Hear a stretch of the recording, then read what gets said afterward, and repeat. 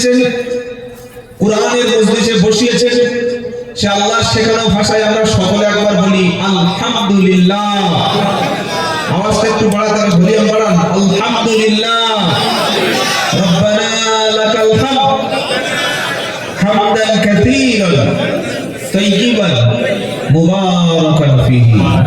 আল্লাহর পরে যিনি সবচাইতে respected person of the world, সারা পৃথিবীর মধ্যে সবচাইতে সম্মানিত ব্যক্তি যিনি, তিনি আর কেউ নন, তিনি আল্লাহর প্রেরিত পয়গম্বর, তিনি আল্লাহর মেসেঞ্জার, তিনি হচ্ছেন মুহাম্মদ মুস্তাফা সাল্লাল্লাহু আলাইহি ওয়াসাল্লাম, যে রাসূলের ক্যারেক্টার সার্টিফিকেট স্বয়ং আল্লাহ দিয়েছেন। ওয়া ইন্নাকা লাআলা খুলুকিন আযীম। আযীম বলা হয় এমন একটা শব্দ যার কোনো শেষ নাই, যার কিনারা নাই, যার তলদেশ নাই, যেটা কাউন্ট করা যায় না, যেটা অ্যামাউন্ট হয় না, যেটা ওজন করা যায় না, যেটা ফিতা দিয়ে, স্কেল দিয়ে, মিটার দিয়ে, দড়ি দিয়ে, সুতা দিয়ে ওজন করা যায় না, সেটা হচ্ছে আযীম। মহান চরিত্রের অধিকারী আল্লাহ রাব্বুল আলামিন তার হাবিবকে বানিয়ে দিয়েছেন।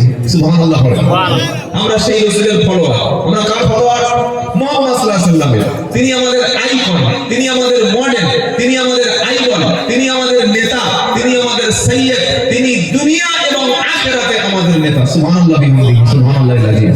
সেই নেতার অনুসরণ করুন, ইনশাআল্লাহ সম্মান ইজ্জত আল্লাহ বাড়িয়ে দিবেন। সম্মান বাড়াবেন কে? আল্লাহ। কিসের মাধ্যমে? যার চরিত্রে, যার আখলাকে, যার কথাবার্তায়, যার ব্যবহারে, যার আচরণে, যার পোশাকে, যার লাইফস্টাইলে, যার পোশাকের স্টাইলে, যার হেয়ার স্টাইলে যত বেশি নবীর সুন্নাত থাকবে, আল্লাহ রাব্বুল আলামিন তার সম্মান আরো তত বেশি উপর তুলবে। সুবহানাল্লাহ বলবেন না? অথচ আমরা মুসলমানেরা ইহুদি খ্রিস্টানদের বেশভূষা অনেকে ধারণ করি, তাদের ট্র্যাডিশন, তাদের কালচার, তাদের কৃষ্টি, তাদের আচরণ, তাদের লাইফস্টাইল, ইহুদি খ্রিস্টানদের লাইফস্টাইল আমরা জীবনে ধারণ করে মনে করি আমরা সভ্য। কথা বুঝতে পারছেন না? অথচ ইসলামের মতো সভ্য, ইসলামের মতো অত সিভিলাইজ সারা পৃথিবীতে একটাও সভ্যতা নাই। আর আপনি কোনদিন ইহুদি খ্রিস্টানকে তাদের পোশাক পরে, তাদের স্টাইলে চলে, তাদের অনুসরণ করে খুশি করতে পারবেন না। ওয়ালাম তারদা আনকাল ইয়াহুদু ওয়ালান নাসারা হাত্তা তাত্তাবিয়া মিল্লাতাহুম। সূরা বাকারা প্রথম নম্বর পৃষ্ঠা 17, প্রথম পারা 17 পৃষ্ঠার প্রথম লাইনের 120 নম্বর আয়াতে আল্লাহ পাক শোনাচ্ছে, ওয়ালান তারদা আনকাল ইয়াহুদু ওয়ালান নাসারা। হে নবী, ইহুদি এবং খ্রিস্টানদের তারা আপনার উপরে কখনো রাজি হবে না। ওয়ালান তারদা, কোনদিন না। ইহুদি এবং খ্রিস্টানেরা আপনার উপরে তারা কখনো রাজি হবে না, আপনার উপরে তারা কখনো সন্তুষ্ট হবে না, কতক্ষণ পর্যন্ত? যতক্ষণ আপনি তাদের ধর্ম, তাদের মতবাদ, তাদের মত, তাদের আদর্শ, তাদের জীবন ব্যবস্থা, তাদের ধর্মীয় কালচার যতক্ষণ আপনি মেনে না নেবেন, ইহুদি এবং খ্রিস্টানেরা তোমাদের উপরে কখনো রাজি খুশি হবে না। কিন্তু আমরা মুসলমানরা পারবো? বলেন, আমরা মুসলমানরা ইহুদি খ্রিস্টানদের সভ্যতা, তাদের আদর্শ, তাদের চরিত্র, তাদের ধর্ম, তাদের নিয়ম নীতি, তাদের রেওয়াজ, তাদের সমস্ত জীবন ব্যবস্থা আমরা নিতে পারবো কি? জোরে বলেন। আর পারলে আমরা ইসলামে থাকবো? থাকবো না। তাহলে আল্লাহ বলছেন, নবী ও মুসলমানেরা, যদিও উদ্দেশ্য করে আয়াতটা নাযিল করেছেন নবীর উপরে, কিন্তু পুরো মুসলিম মিল্লাতকে, মুসলিম কমিউনিটিকে, গোটা পৃথিবীর সমস্ত মুসলিমকে আল্লাহ মেসেজ দিচ্ছে যে ইহুদিরা আর খ্রিস্টানেরা তারা তোমাদের উপরে কোনোদিন রাজি হবে না যতক্ষণ তাদের সভ্যতা, তাদের ধর্মীয় কালচার তোমাদের মধ্যে না ধারণ করবে, যতক্ষণ তাদের মতো না তুমি প্যান্ট পরবে, তাদের মতো না তুমি গান শুনবে, তাদের মতো না মদ খাবে, তাদের মতো যতক্ষণ পর্যন্ত তুমি হারাম খাদ্য না খাবে, তাদের মতো যতক্ষণ তোমার বাড়িতে গান বাজনা না বাজাবে, তাদের ধর্মের নিয়ম নীতি যতক্ষণ না তুমি মানবে, ইহুদি এবং খ্রিস্টানেরা তোমার উপরে খুশি? জোরে বলেন হবে না। আল্লাহ বলছেন নবী কুল ইন্না হুদাল্লাহি হুয়াল হুদা। নবী আপনি বিশ্ববাসীকে বলে দিন কুল ইন্না হুদাল্লাহি হুয়াল হুদা। হে নবী আল্লাহর পক্ষ থেকে তোমাকে যে হেদায়েতের রাস্তা বলেছি, যে দ্বীনের রাস্তা বলেছি, ইসলামের রাস্তাটা বলে দিয়েছি, এই রাস্তা হলো হেদায়েতের রাস্তা। সুবহানাল্লাহ বলেন। তাহলে আমরা মুসলমানরা কোন রাস্তার উপরে আছি? হেদায়েতের উপরে, সঠিক রাস্তার উপরে। এই রাস্তা শুরু দুনিয়া, শেষ হচ্ছে জান্নাতুল ফেরদাউস। সুবহানাল্লাহ বলতে ইচ্ছা হয় না? দুনিয়ায় যে পথে আমরা হাঁটছি, যেভাবে খাদ্য খাচ্ছি, যেভাবে নবীর তরিকায় নামাজ পড়ছি, নবী সাল্লাল্লাহু আলাইহি ওয়াসাল্লামের আদর্শ জীবনে ধারণ করেছি, এটা শুরু দুনিয়া, আর শেষ কোথায়? জান্নাতুল ফেরদাউস। যাবো ইনশাআল্লাহ। আল্লাহ পাকের পরে বলেছেন নবী ওয়ালা ইত্তাবা'তা আহওয়াহুম বা'দাল্লাযী জাআকা মিনাল ইলম মা লাকা মিনাল্লাহি মিন ওয়ালিয়্যিন ওয়ালা নাসীর।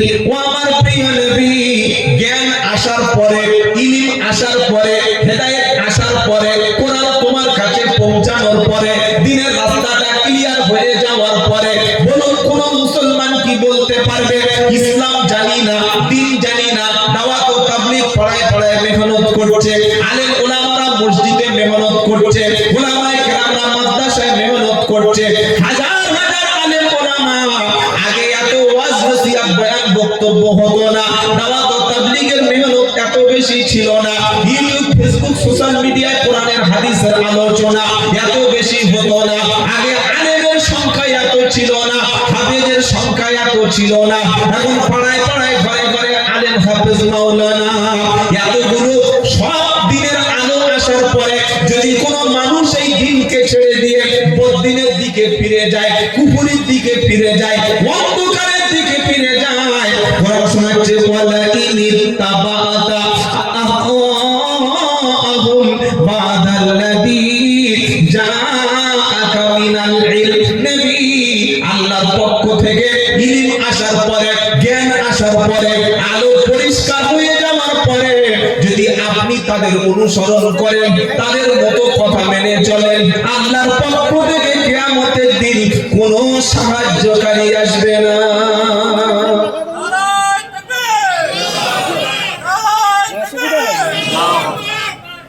বাড়ির পাশে মসজিদে আজান হচ্ছে, আসরের সময় শুয়ে শুয়ে ঘুম থেকে উঠে সিগারেট টানছে। কি টানছে বলেন? সিগারেট। ওনার স্ত্রী নামাজে ছিল, বললে হ্যাঁ নামাজ পড়তে যাবে না? নামাজের বয়স হয়েছে, নামাজের বয়স হয়েছে। বললে বয়স হয়েছে কি করে বুঝলে? দাড়ি পেকেছে। এই দাড়ি পেকেছে, দাড়ি পাকলে তো তবে মসজিদে যাবে। দাড়ি পাকা পর্যন্ত আজরাইল এসে আর ওই আপনার পিংলায় বসে থাকবে না, আজরাইল এসে ঢেবরা বসে থাকবে যে দাড়িটা পাকুক তবে যাব। কি ভাই কথা বুঝে আসছে কি? মুসলমানের ছেলে কষ্ট লাগে কোন জায়গায়? গ্রামে মসজিদ, গ্রামে মাদ্রাসা, গ্রামে আলেম ওলামা লটারির টিকিট কাটছে। আল্লাহু আকবার। মুসলমান লটারির টিকিট কাটছে। তবে আপনারা দেখা নাই, সব আল্লাহওয়ালা মানুষ। কি আছে নাকি লটারির টিকিট আছে? ছি ছি ছি ছি, আস্তাগফিরুল্লাহিল আযীম। আল্লাহ হারাম করে দিয়েছে কোরআনে 4 নম্বর 7 নম্বর পারা 2 নম্বর পৃষ্ঠা 1 নম্বর লাইন 90 নম্বর আয়াত সাফ হারাম। ইয়া আইয়ুহাল্লাযীনা আমানু ইন্নামাল খামরু ওয়াল মাইসিরু ওয়াল আনসাবু ওয়াল আজলামু রিজসুম মিন আমালিশ শাইতান ফাজতানিবুহু লাআল্লাকুম তুফলিহুন। ওই বান্দারা নিশ্চয়ই মদ, জুয়া, লটারি, ভাগ্যের বেদি সব শয়তানের কাজ। যদি জীবনে সফল হতে চাও এগুলো থেকে বেঁচে থাকো। বাঁচবো ইনশাআল্লাহ। আপনি বাঁচবেন কিভাবে? কাল সকালবেলা আনন্দবাজার পত্রিকা, বর্তমান পত্রিকা, দৈনিক সংবাদ পত্রিকা লিখে দেবে বর্তমানের শক্তিগড়ে অমুক ব্যক্তি 1 কোটি টাকা লটারিতে পেয়েছে। এটা শুনে মানুষ আমরা কি বলবো? কি বলবো এটা শুনে? আল্লাহ যা হয় হোক। আসরের নামাজ পড়ে দোয়া করছে, আল্লাহ আজকে যেন 1 কোটি পড়ে। 40 লাখ মসজিদে দেবো, 1-5 লাখে খরচ করে আসবো, বাকিটা খাবো। যখন 1 লাখ 1 কোটি টাকার লটারি পেপার পত্রিকায় দেখছে অমুক ব্যক্তি পেয়েছে, ভাই পায় না, আরে হ্যাঁ না বলে না, 1 কোটি টাকা হয়তো মাসে একজন কাউকে দিল, বাকি লটারির টিকিটটা বেচে কোটি কোটি টাকা যে সরকারি এবং লটারি কোম্পানি তাদের কোষাগারে নিল, এই হিসাব আছে? হিসাব তো আমরা করি না। আমরা মনে করি বর্তমানে 1 কোটি পড়েছে, তার আগের দিন নদিয়ায় পড়েছে, তার আগের সপ্তাহে হাওড়ায় সাঁতরাগাছিতে একজন 1 কোটি পেয়েছে, আমি মনে হয় পাবো, আমি সেই লোক, আমি সেই সৌভাগ্যবান। যাহাই হোক, আসরের নামাজ পড়ে দোয়া করে লড়াই কি করার আগে বিসমিল্লাহ, ইমান থাকবে, ইমান থাকবে তো? আল্লাহ হেফাজত করুক সকলে, আল্লাহুম্মা আমিন। বাবা জিরা, আল্লাহ ভাইরা, আমরা মুসলমান, আমরা ধর্মীয় কথা, ইসলামের কথা, দ্বীনের কথা মজবুত করে মানব এবং ধরবো, বলি ইনশাআল্লাহ। আল্লাহ দ্বীন ইসলামকে পরিষ্কার করে দিয়েছেন, আর আমাদের ইসলাম ছাড়া অন্য কোন মন্ত্র তন্ত্র মতবাদ মানলেই ক্ষতিগ্রস্ত হব। মাইয়াবতাগি গায়রাল ইসলামি দীনান ফালাই ইকবালা মিনহু ওয়া হুয়া ফিল আখিরাতি মিনাল খাসিরিন।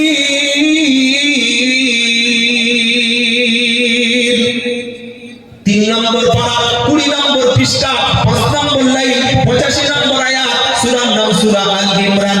আল্লাহ বলেছেন মাইয়াবতাগি গায়রাল ইসলামি দীনা, জীবন ব্যবস্থা হিসাবে, মনোনীত ধর্ম হিসাবে, জীবনের সিস্টেমটা হিসাবে, ধর্ম হিসাবে ইসলাম ছাড়া অন্য কোন মতবাদ, অন্য কোন তরিকা, অন্য কোন পদ্ধতি, অন্য কোন জীবন ব্যবস্থা ইসলাম ছাড়া যদি কেউ ধারণ করে, যদি কেউ মেনে নেয়, যদি কেউ আমল করে, যদি কেউ চলতে থাকে, আল্লাহ বলেছেন ফালাই ইকবালা মিনহু, আমি কিয়ামতের দিন তার কোনো আমল কবুল করব না, তার দিন কবুল হবে না, তার দান কবুল হবে না, তার স্যাক্রিফাইস কবুল হবে না, তার সামাজিক ভালো কাজ কবুল হবে না, তার চ্যারিটি ট্রাস্ট কবুল হবে না, তার সরকারি অনুদান কবুল হবে না, তার কোনো কাজ আমি আল্লাহ কবুল করব না।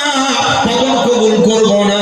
যখন ওই ব্যক্তি ইসলাম ছেড়ে, দিন ছেড়ে অন্য ধর্ম, অন্য মতবাদ, অন্য ইসলাম, অন্য কোন পদ্ধতি তালাশ করবে, আমি আল্লাহ কবুল করব না। ওয়া হুয়া ফিল আখিরাতি মিনাল খাসিরিন, আখিরাতে ধ্বংসের মধ্যে ক্ষতিগ্রস্ত হয়ে যাবে। অনেক মুসলমান বলে এই ইসলামও ভালো, খ্রিস্টান ধর্ম ভালো, ইসলামও ভালো, আমার ওই জৈনদের ধর্ম ভালো, ইসলাম ভালো, শিখ ধর্ম ভালো, সব ধর্ম ভালো কথা বলে। এটা কুফরি কথাবার্তা, এটা মুনাফিকির আলামত যে সব ধর্মে ভালো আছে। আপনি মুসলমান, আল্লাহর মনোনীত জীবন ব্যবস্থার নাম হলো ইসলাম। ইসলামকে চুজ করেছেন কে? আল্লাহ। ইসলামকে সিলেক্ট করেছেন কে? আল্লাহ। কোথায় আছে? ইন্নাদ দীনা ইনদাল্লাহিল ইসলাম, সূরা আল ইমরানের 19 নম্বর আয়াত, সূরা আল ইমরানের 19 নম্বর আয়াত। নিশ্চয়ই আল্লাহর কাছে পছন্দনীয় মনোনীত জীবন ব্যবস্থার নাম হলো ইসলাম। সুবহানাল্লাহ বলে। আচ্ছা, ইসলামটা আমরা মারামারি করে, লড়াই করে, রক্ত দিয়ে, যুদ্ধ করে, বিবিকে এতিম করে, মাকে বাচ্চা হারা করে, ভাইকে ভাই হারা করে, জান দিয়ে মাল দিয়ে পেয়েছি না? আমরা এই পশ্চিম মেদিনীপুর যারা পশ্চিমবাংলা বাস করি ফ্রিতে বসে বসে পেয়ে গেছি, একটু জবাবটা দেবেন? হ্যাঁ, মারামারি করেছেন? কবে মাল খেয়েছেন? কবে মাল খেয়েছেন? কবে ইসলামের জন্য কেস খেয়েছেন? কবে জেল খেটেছেন? কবে আপনার বিরুদ্ধে কেস হয়েছে? ফ্রিতে পেয়ে গেলে সে জিনিসের কোনো দাম থাকে না। যদি আপনার হাতটা ইসলামের জন্য কাটা যেত, আমি আব্দুল্লাহ জুবাইর আমার বক্তব্য করার জন্য যদি ঠ্যাং কেটে নিত, কান কেটে নিত, 5টা থানায় মামলা হতো, আমাকে ফাঁসির আসামি করা হতো, আরেকটা হুজুরকে যদি সুরে চড়িয়ে দেওয়া হতো, আরেকটা বক্তাকে যদি আগুনে পুড়িয়ে দেওয়া হতো, আজান দেওয়ার জন্য মুয়াজ্জিনকে যদি মুন্ডু ছাপ করা হতো, তাহলে সেই ইসলামটা আমাদের কাছে দাম থাকতো। আমাদের আলেম ওলামারা ধরে ধরে বলছে, ধরে ধরে ডাকছে, হাতে ধরছে, পায়ে ধরছে, মসজিদের পাশে পায়ে ধরছে, খাবার দিয়ে ডাকছে, মাদ্রাসা থেকে ডাকছে, জমিয়ত থেকে ডাকছে, ওলামারায় ডাকছে। কি কার শুনছে, বলছে বলুক কি দাম আছে, ইসলামটা আমি ফ্রিতে পেয়েছি, কষ্ট করতে হয়নি, আমার কোনো কোরবানি নেই, আমি ফ্রিতে পেয়েছি, তাই কোনো দাম নাই। কিন্তু আমি পূর্বে বসে শুনিয়েছি যে ইসলামটা পশ্চিম মেদিনীপুরের এই পিংলায় পৌঁছাতে হাজার হাজার উলামায়ে কেরাম, হাজার হাজার সাহাবায়ে কেরাম, হাজার হাজার উলামায়ে কেরামদেরকে কুরবানি করতে হয়েছে, জীবন কুরবান দিতে হয়েছে। ইমাম আযম আবু হানিফা রাহমাতুল্লাহ আলাইহি মৃত্যু কোনো জেলখানা, কোনো দরবারে মৃত্যু হয়নি, গদির উপরে হয়নি, মাজারে মৃত্যু হয়নি, ঘরের কোণে মৃত্যু হয়নি, তার শাহাদাত কোথায় হয়েছে? জেলখানার মধ্যে।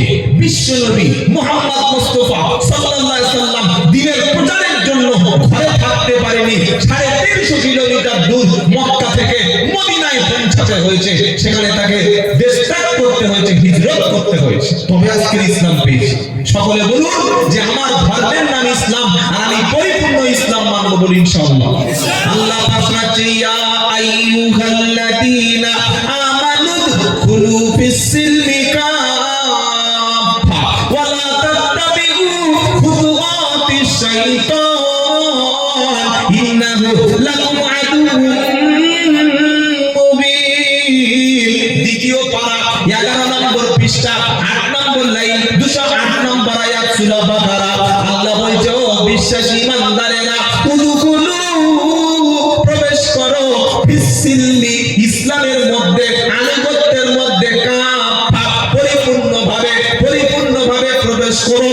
হাফ হাফ যেন চলবে না। তুমি নামাজটা পড়ছো আল্লাহর হুকুম মতো, ব্যবসা করবে আল্লাহর হুকুম মতো, যে আল্লাহর হুকুম মতো নামাজ পড়ছো ওই আল্লাহর হুকুম মতো তুমি দ্বীনের প্রচার করবে, যে আল্লাহর হুকুম মতো তুমি নামাজ পড়ছো ওই আল্লাহর হুকুম মতো তুমি পোশাক পরবে, যে আল্লাহর হুকুম মতো নামাজ পড়ছো ওই আল্লাহর হুকুমে তুমি তোমার সম্পত্তিটা তোমার বোনকে, তোমার ভাইকে সেইভাবে ভাগ করবে, যে আল্লাহর হুকুম মতো নামাজ পড়ছো ওই আল্লাহর হুকুম মতো তুমি সত্য কথা বলবে, হালাল খাদ্য খাবে, মিথ্যা বলবে না, চুরি করবে না, জেনা করবে না, ওজনে কম দেবে না, খাদ্যে ফাঁকি দেবে না, তবেই তুমি মুসলমান।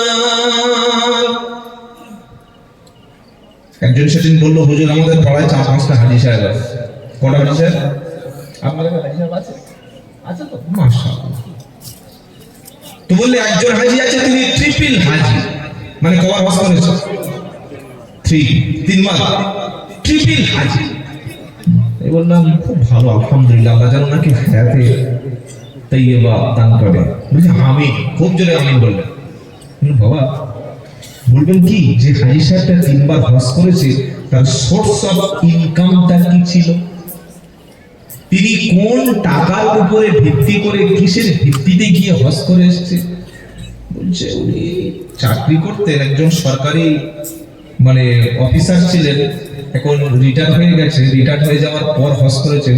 তবে ওনার যে সম্পত্তি, এই সম্পত্তিগুলো অনেক জবর দখল করে, জোর জুলুম করে দখল করা সম্পত্তি আছে। ঠিক বলছেন? বললাম 100% শিওর। বলুন, আমার নাম আব্দুল্লাহ জুবায়ের শেখ, আমার বাড়ি 24 পরগনার বারুইপুর থানা, চাম্পাহাটি। এখন আমার বাড়ি ধরুন আমি 5 কাঠা জায়গার উপরে ঘর করেছি। ক কাঠা? 5 কাঠা। আমার বাড়ির পাশে আর একটা গরিব মানুষ বাস করে, খুব অসহায়, বা বিধবা মা, তার স্বামী নাই, 2 বাচ্চা নিয়ে, একটা বাচ্চা নিয়ে থাকে। আমার প্রভাব আছে, রাজনৈতিক অনেক সোর্স আছে, পপুলারিটিও আছে, সবকিছু আছে। আমি গ্রামের কিছু লোকের গায়ের দখলে ক্ষমতা দিয়ে জোর করে ওই আমার বাড়ির পাশে যা 3 কাঠা জায়গা আছে, আমি 5 ফুট 6 ফুট জায়গা আমি একটা ড্রেন করবো বলে, বা একটা ফুলের গাছ লাগাবো বলে, বা একটা সরু রাস্তা করবো বলে, আমি জোর করে পার্টির লোক দিয়ে আর উকিল ঠিক করে মোটামুটি 5 ফুট করে জায়গা লম্বা 70 ফুট আমার ভিতরে নিয়ে নিলাম। এই কাজটা নিঃসন্দেহে ভালো কাজ না খারাপ কাজ? আর জোরে বলো। এখন তো আমরা সকলে বলছি খারাপ, আর আমাদের পাশে যারা বাস করে তারা জানে আমরা মালটা কি বললেন? কে কত ভালো দেখে চেনা যায় না। বাড়ির পাশে বাস না করলে বুঝতে পারবেন না সে ভালো মালিক কিনা। এই জন্য বিশ্ব নবী সাল্লাল্লাহু আলাইহি ওয়াসাল্লাম বলেছেন, সেই ব্যক্তি আল্লাহর কাছে উত্তম যে তার প্রতিবেশীর কাছে উত্তম, তার পরিবারের কাছে উত্তম। আমি যত বড় বক্তা হই, আপনি যত বড় হাজি হন, যত বড় ইমানদার হন, আপনার বাড়ির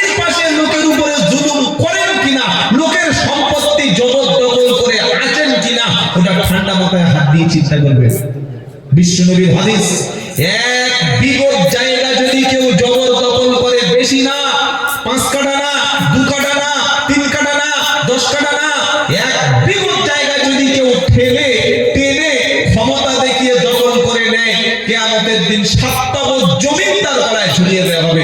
নে বাবা কটা নেবে? আমাদের ঠিকানা কতটুকু মাটি? জোরে বলে 3.5 হাত। তো যারা ধনী লোক তাদের একটু বেশি হবে তো। হ্যাঁ, একদিন মাটির ভিতরে হবে ঘর, রে মন আমার কেন বাঁধো দালান ঘর। এত সুন্দর ঘর করে দুতলায় ছাদের উপরে আছে, ওখান থেকে আর নামে না। ও ভাবছে এটা আমার লাইফ টাইম। কি বুঝলেন? ও আর কোনোদিন এক্সপায়ার হবে না, ডেট ফেল হবে না। ওখানেই খাচ্ছে, ওখানেই ঘুমাচ্ছে, ওখানেই গোসল, ওখানেই ওযু, ওখানেই নামাজ, সব ওখানে। কবি কি বলছে? একদিন মাটির ভিতরে হবে ঘর, রে মন আমার কেন বাঁধো দালান ঘর। প্রাণ পাখি যাবে উড়ে পিঞ্জার ছেড়ে, ধরা ভবে সবই রবে তুমি যাবে চলে। ধরা ভবে সবই রবে তুমি যাবে চলে। বন্ধু বান্ধব যত মাতা পিতা তারা সুত, বন্ধু বান্ধব যত মাতা পিতা তারা সুত, সকলে হবে তোমারই পর, রে মন আমার কেন বাঁধো দালান ঘর। এই দেহ এটা একদিন মাটির সঙ্গে মিশে যাবে। আজকে দুনিয়ার উপরে অহংকারী করছেন, ক্ষমতা দেখাচ্ছেন। কত ক্ষমতা দেখলাম! বাংলাদেশের এক্স প্রাইম মিনিস্টার মিসেস কিলার জেনোসাইড গণহত্যা চালিয়েছিল, 2000 ছাত্রকে হত্যা করেছিল শেখ হাসিনা। নাম শোনেন নাই? শুনেছেন না শোনেন নাই?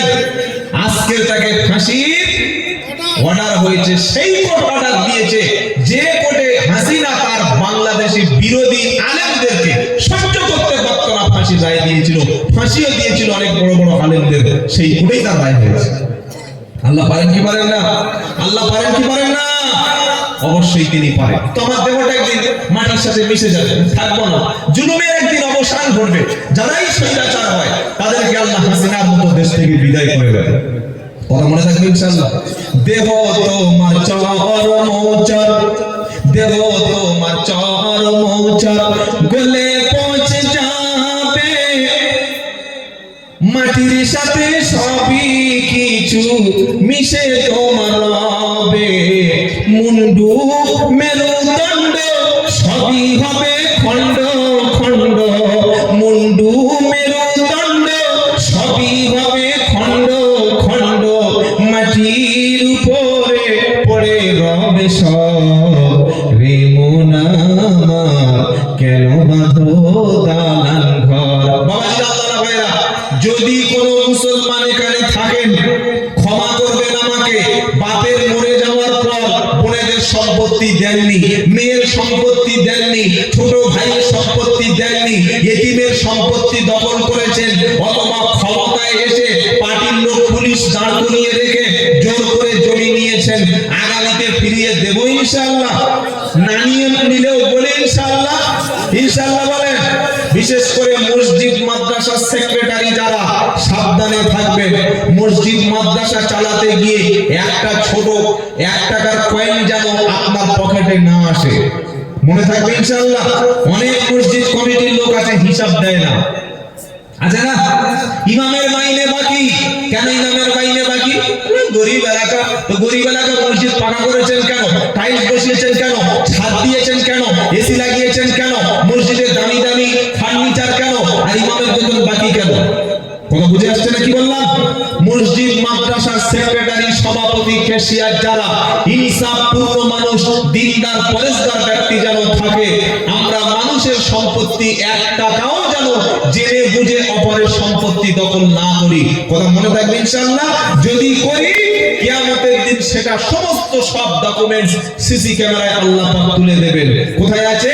ফামাইয়ামাল মিসকালা দাররাতিন খায়রান ইয়ারা ওয়া মাইয়ামাল মিসকালা দাররাতিন শাররান ইয়ারা।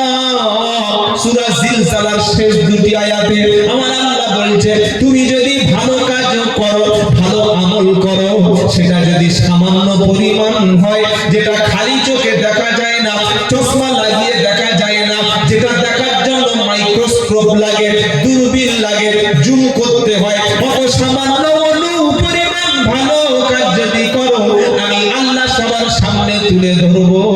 আবার যদি সামান্য পরিমাণ খারাপ কাজ করো, বাজে কাজ করো, আমি আল্লাহ তোমার সামনে সেদিন তুলে ধরবো। আল্লাহ জুলুম থেকে, অবিচার থেকে, পরের সম্পত্তি দখল করা থেকে আমাদের সবাইকে হেফাজত করুক। সকলে বলি আমিন। বলেন আমিন। আমিন। প্রচুর মুসলমান আছে আমাদের সমাজে, নামাজও পড়ে, কোরআনও পড়ে, আবার বলে হুজুর আমি মুসলমান, কিন্তু ছেলের বিয়ে দেওয়ার সময় মেয়ের বাপের কাছ থেকে কি করে মালটা ছাড়বো, কি করে মেয়ের বাপের কুরবানি দেব, সেই চিন্তা করার জন্য অনেক ফিকির করে। এরকম মুসলমান আছে না নাই? বলছে আমি ভালো মানুষ, দাঁড়িয়ে আছে, টুপি আছে, আমি চাইতে পারি, যা ঠিক করবে আমার বড় জামাই। এই কত বড় হারামখোর! নিজে খাবে না, নিজে বলবে না, নিজে হাত পাতবে না, কন্ট্রাকচুয়াল সিস্টেমটা বড় জামাইকে দিয়ে করবে। যা বলবে আমার বড় জামাই, আমার ছেলে ভালো, পয়সার অভাব নাই, তবে ঘরটা একটু সাজিয়ে দিলে ভালো হয়, একটা ওই বুলেট বাইক যেগুলো 3 লাখ টাকা ওই বলে একটা দিলে ভালো হয়, 2 লাখ টাকা ক্যাশ দিলে পরে আমি ফিরিয়ে দেবো। আমি আল্লাহ মানুষ, আস্তাগফিরুল্লাহ, তাওবা তাহাজ্জুদ করি, ওসব আমি খাই না। কি ভাই আছে না নাই?